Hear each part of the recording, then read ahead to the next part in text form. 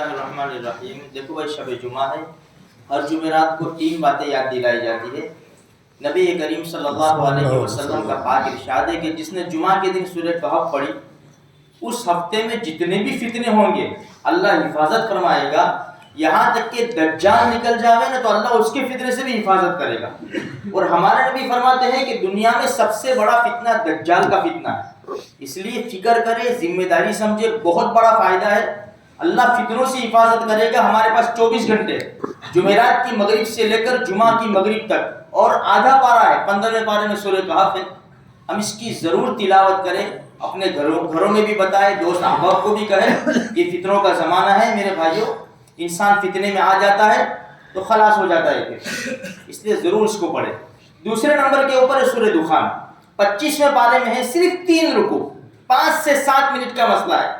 नबी करीम सल्लल्लाहु अलैहि वसल्लम का पाक इरशाद है कि जिसने जुमा के दिन सूरह दुखान पढ़ी, अल्लाह उसके लिए जन्नत में महल बनाएगा, और भी दूसरे बहुत से इनाम हैं।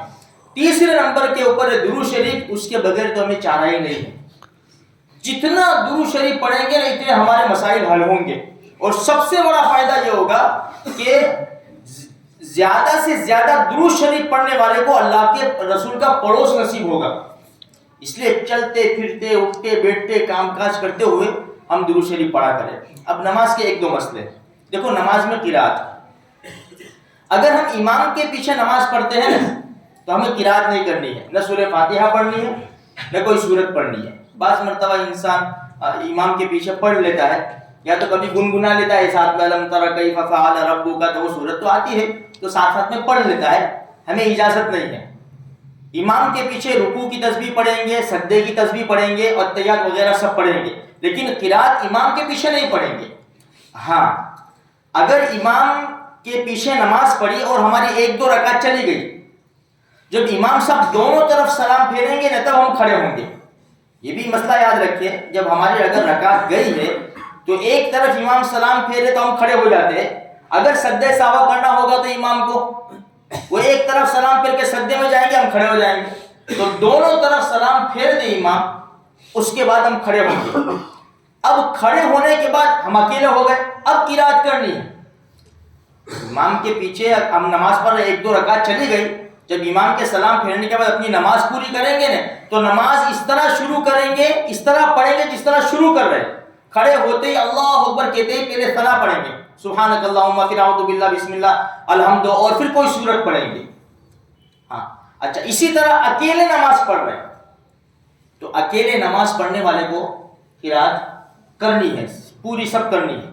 अच्छा, अब किरात का जो तरतीब है, जो तरीका है, अब देखो, जैसे अलम तरा से वन्नास, तो हम ये उतरेंगे अलम, अगर पहली रकात में अलम तरा पढ़ी तो दूसरे रकात में लीला पे पढ़ेंगे, या तो पीछे चले जाएंगे, इन्ना आतेना पढ़ लेंगे, या तो कुल हुवल्लाहु अहद पढ़ ली, तब्बत यदा पढ़ ली। ऊपर नहीं चढ़ेंगे। जैसे मिसाल के तौर पर पहली रकात में कुल औज़ु बिरब्बिन नास पढ़ी, दूसरी रकात में कुल औज़ु बिफलक पढ़ी, ये नहीं। अच्छा, पहली रकात में सूरह फलक, फिर दूसरी रकात में सूरह नास। कोई इंसान 2 रकात नमाज पढ़ता है, अब उसको पढ़नी है इन्ना आतेना और कुल हुवल्लाहु अहद 2 रकात में, तो पहले इन्ना आतेना पढ़ेंगे, उसके बाद कुल हुवल्लाहु अहद पढ़ेंगे, वो नीचे आएगी। हम अगर अलम तरा और लीला पे पढ़नी है तो पहले अलम तरा पढ़नी पड़ेगी, उसके बाद लीला पे पढ़नी पड़ेगी। अगर हमने पहले लीला पे पढ़ी फिर अलम तरा पढ़ी, नमाज हो जाएगी, ये बात याद रखें। लेकिन तरतीब जो हमारी है ना किरात की, उसके खिलाफ होगी नमाज। इसलिए अलम तरा लीला पे, और दूसरी एक छोटी सी बात ये याद रखनी है कि बीच में छोटी सूरत नहीं छोड़ने की। बीच में जैसे मिसाल के तौर पर तब्बत यदा हमने पढ़ी, अब उसके बाद एक छोटी सूरत आती है कुल हुवल्लाहु अहद, हम इसको छोड़ के कुल औज़ु बिरब्बिल फलक नहीं पढ़ेंगे।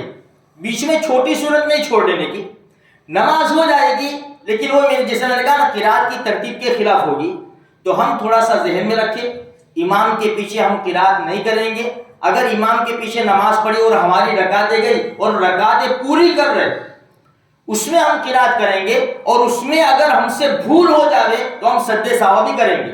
इमाम के पीछे भूल हो जाए, जैसे मिसाल के तौर पर इंसान तहियात में बैठा है, उसको तहियात पढ़नी है, लेकिन वो पढ़ गया दुआए कुनूत या अलहम्दो की सूरत पढ़ गया। अगर अकेला नमाज पढ़ता है तो उसके ऊपर सज्दे सावा आएगा।